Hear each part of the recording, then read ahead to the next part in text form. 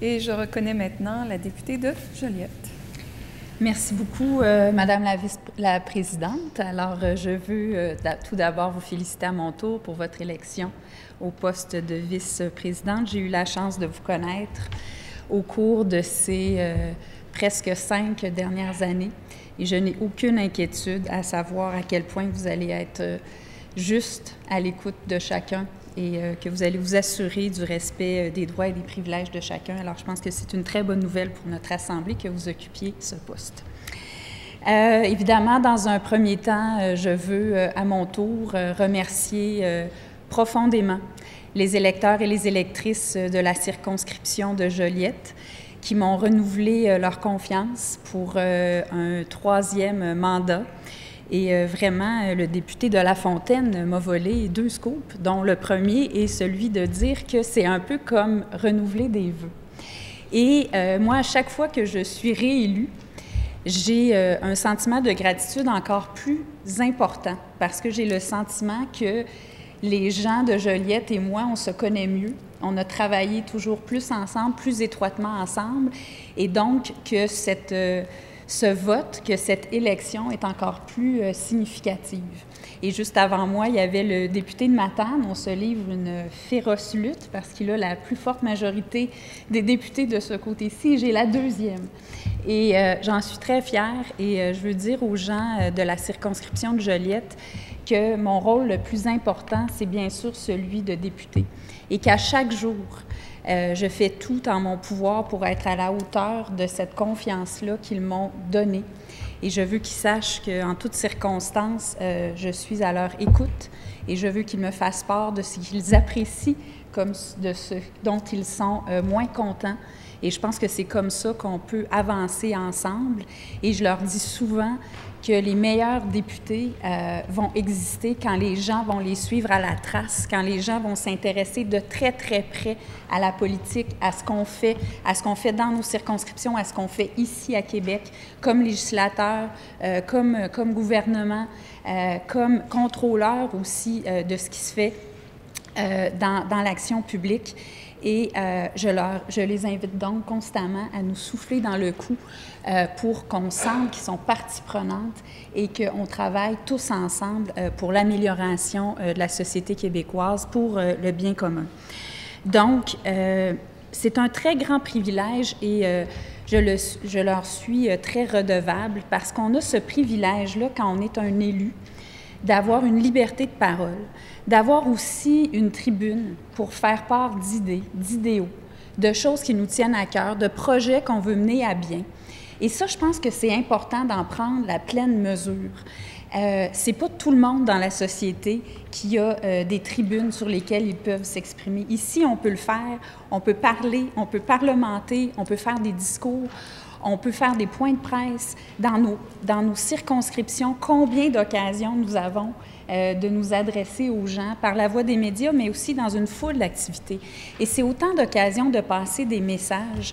Et je pense que c'est vraiment une obligation qui nous incombe d'être toujours à la hauteur de ce privilège-là qu'on sous-estime, je pense. Parfois, on l'oublie, parfois.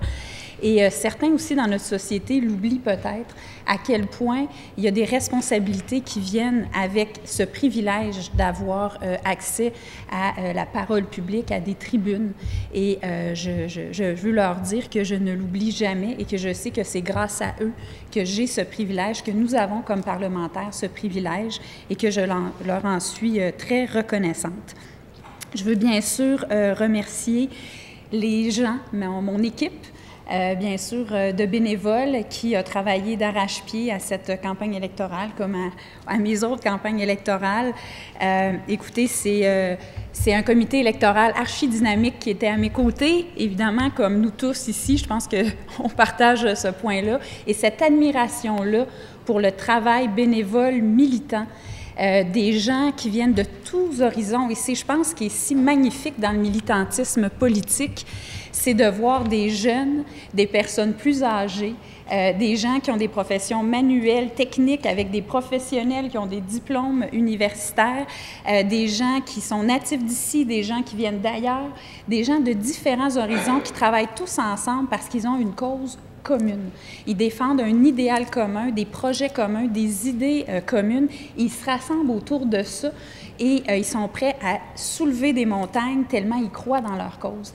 Et je veux les remercier du fond du cœur de cette passion, de ce souffle, de cette énergie qu'ils me donnent à chaque jour de faire ce travail-là. Ils sont une très, très grande source d'inspiration et je veux les remercier. Je remercie donc quelques personnes de mon comité électoral, au premier chef, Thérèse, Alexandre et Robert, et tous les autres qui vont se reconnaître, et les centaines de bénévoles, parce qu'on vient d'en inviter plus de 212 à l'activité de remerciement que nous allons avoir dans quelques semaines pour notre activité pour les bénévoles, et je veux les remercier de tout ce qu'ils ont fait, et évidemment, c'est grâce à eux que je puis être ici aujourd'hui.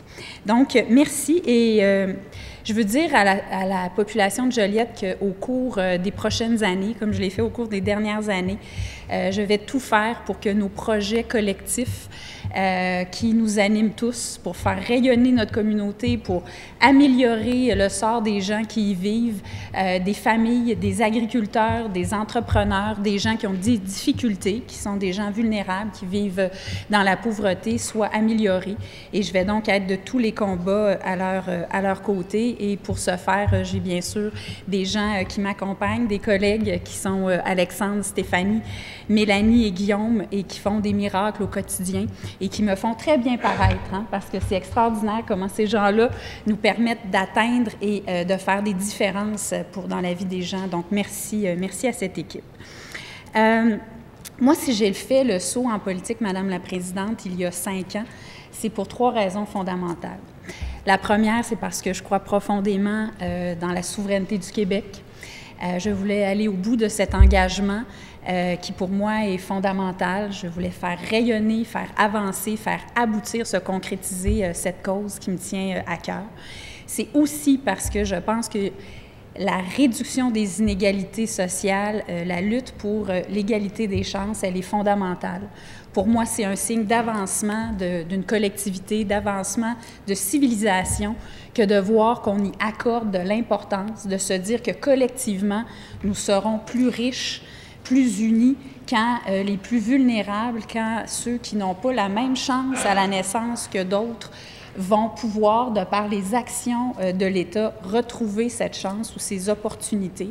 Donc, c'est quelque chose qui me tient à cœur. Et aussi parce que je crois profondément dans une autre manière de faire de la politique. Et j'ai pu le vivre. J'ai pu le vivre d'ailleurs, Madame la Présidente, à vos côtés pendant plusieurs années par ce dossier, plus que ce dossier, cet enjeu de mourir dans la dignité, qui maintenant nous habite comme Assemblée depuis près de 5 ans. Et je pense que c'est un exemple qui a été repris, bien sûr, dans le discours du nouveau premier ministre, de ce qu'on peut faire de bien. De ce qu'on peut faire de bien entre nous ici à l'Assemblée nationale, mais ce qu'on peut faire de bien, de grand, de mature, quand on s'élève au-dessus de la partisanerie pour le bien commun, pour travailler pour un enjeu qui nous concerne tous, parce que oui, nous allons tous avoir une fin de vie et une mort. Et je pense que de le faire sans tabou, dans la discussion, pour essayer de faire ressortir le plus grand nombre de consensus, c'était une grande avancée. C'était pas simple au départ, on l'a réussi. Et pour moi, c'est ce type de preuves qui montrent à la population qu'ils peuvent encore aussi avoir confiance dans leurs élus parce qu'on est capable de travailler ensemble. Alors, évidemment, je vous vois, vous avez participé à cette entreprise-là. Je vois le député de Offord, je vois le député des Îles, je pense à mon collègue de Jacques-Cartier et je pense bien sûr à ma collègue de Gatineau qui s'est joint à l'aventure dans la dernière année et avec qui nous avons travaillé très, très fort pour améliorer encore ce projet de loi-là. Et je remercie tous ces collègues, tous ces collègues, bien qu'on ne soit pas du même côté de la Chambre, pour, je pense, avoir fait quelque chose de très bien pour nos concitoyens sur le fond des choses et dans la manière de le faire.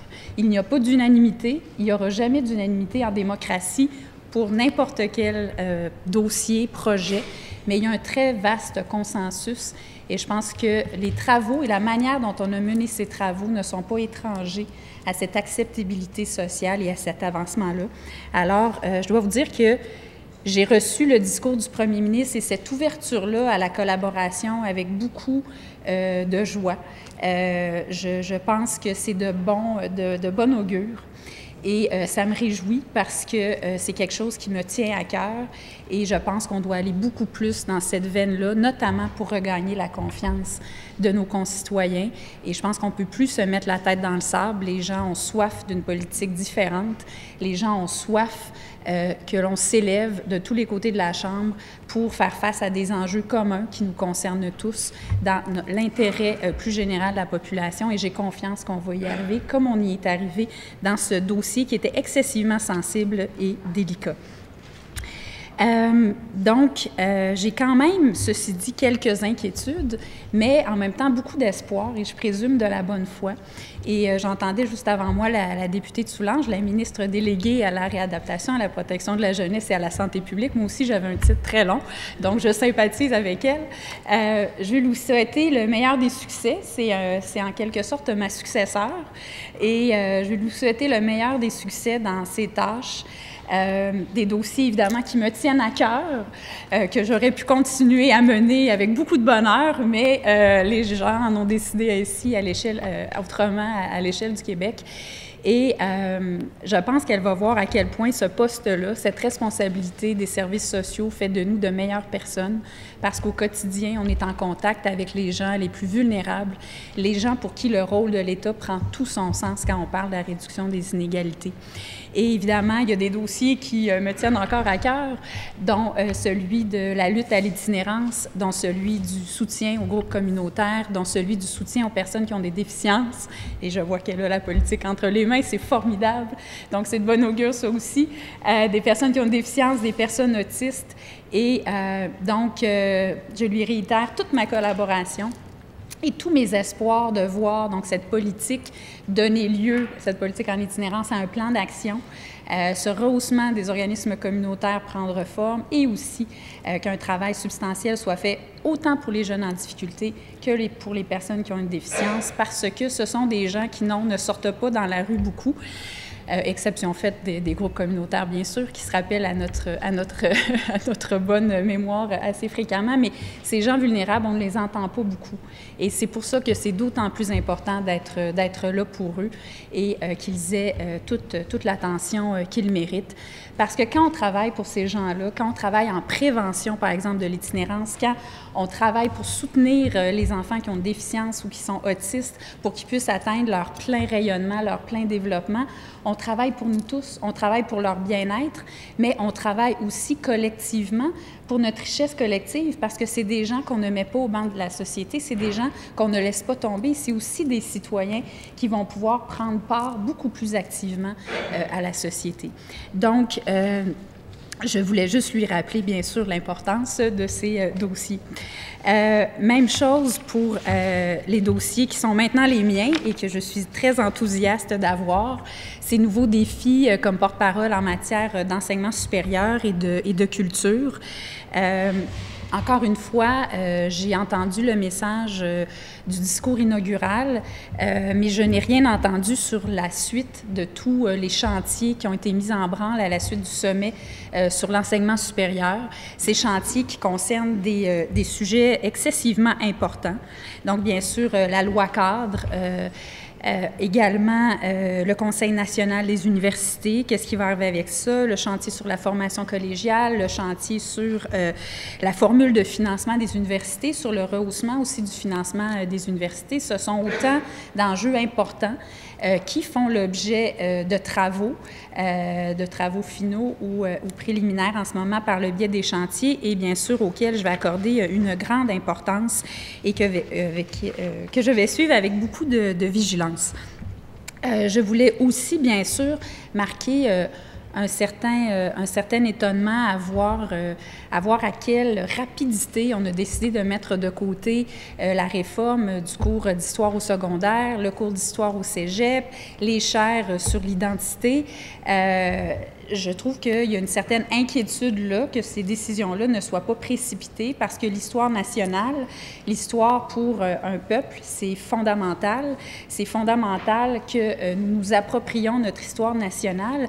C'est formidable d'apprendre l'histoire des autres pays et de voir que d'autres pays étudient la nôtre, mais ce serait une excellente chose qu'ici, on se dise qu'on ne sera pas en reste et que notre histoire nationale, on va se l'approprier, qu'on va l'apprendre avec un cours bonifié au secondaire, mais aussi avec un cours au niveau collégial. Donc ça, évidemment, nous y tenons de ce côté-ci, comme nous tenons au fait que la politique nationale de recherche et d'innovation puisse vraiment prendre son envol. C'est une politique cohérente qu'on a mis de l'avant. Ce n'est pas une démarche partisane du tout. C'est une démarche qui avait été entreprise sous le gouvernement libéral, que nous avons poursuivie avec des assises, qui a abouti dans cette politique qui a été largement saluée. Et il y a une certaine inquiétude de notre côté, je ne m'en cacherai pas, de voir qu'on est en train d'en enlever des morceaux comme c'est cher sur l'identité, morceau par morceau, alors qu'il y avait une cohérence dans tout ça. Donc, c'est certain qu'on va être très vigilants pour s'assurer que cette politique-là va être déployée à sa pleine valeur. Et bien sûr, en matière de culture, aussi, nous serons très vigilants. On n'a pas pu avoir beaucoup d'indications dans le discours d'ouverture, si ce n'est que d'apprendre que les artistes vont prendre part aux missions à l'étranger. Mais évidemment, il y a énormément encore, et je vois la nouvelle ministre de la Culture que je salue qui est présente, de chantiers en cours. Donc, sur les musées, bien sûr, sur le numérique, sur le prix du livre. Il y a 7, juste depuis le début de l'année, il y a 7 librairies indépendantes qui ont fermé leurs portes, dont une tout près d'ici, dans Montcalm, sur la rue Cartier. Donc, il y a beaucoup de chantiers en cours. Et surtout, la culture, bien, c'est qui on est. C'est une source de beauté, de ravissement, d'harmonie, de dépassement, de rayonnement au quotidien qui, je crois, embellit nos vies. Et on ne doit pas avoir peur de soutenir la culture. On soutient des entreprises économiques par toutes sortes de prêts, subventions, crédits d'impôt. Et c'est comme si parfois, soudainement, certains détracteurs voudraient qu'on ne soutienne pas l'industrie culturelle, qui est un formidable moyen, évidemment, de faire rayonner qui nous sommes dans toute la diversité de qui nous sommes, mais aussi de créer de la richesse, de créer de l'emploi, de diversifier nos entreprises. Donc, évidemment, c'est avec beaucoup de passion que je vais suivre ce dossier et donc ce qui se fera prochainement. Et en terminant, moi aussi, je voulais faire référence à Xavier Dolan, mais le député de La Fontaine, il a déjà fait référence. En fait, moi, je voulais simplement dire que Xavier Dolan, je pense, du haut de son talent, de sa créativité, de sa fougue, de sa confiance, nous donne une extraordinaire leçon. Cette leçon que, de par qui nous sommes, de par ce que nous représentons, de par notre audace, on peut aller au bout de nos rêves. On peut se dire qu'on peut vraiment mettre de l'avant des projets excessivement ambitieux. Et je pense qu'il est un antidote au cynisme en lui-même et je nous souhaite ici collectivement, comme Assemblée nationale, d'aller au bout de nos rêves, d'aller au bout de nos projets et de collectivement se donner ce défi d'être un antidote au cynisme en faisant de la politique autrement. Merci beaucoup, Madame la Présidente. Merci beaucoup, Madame la députée.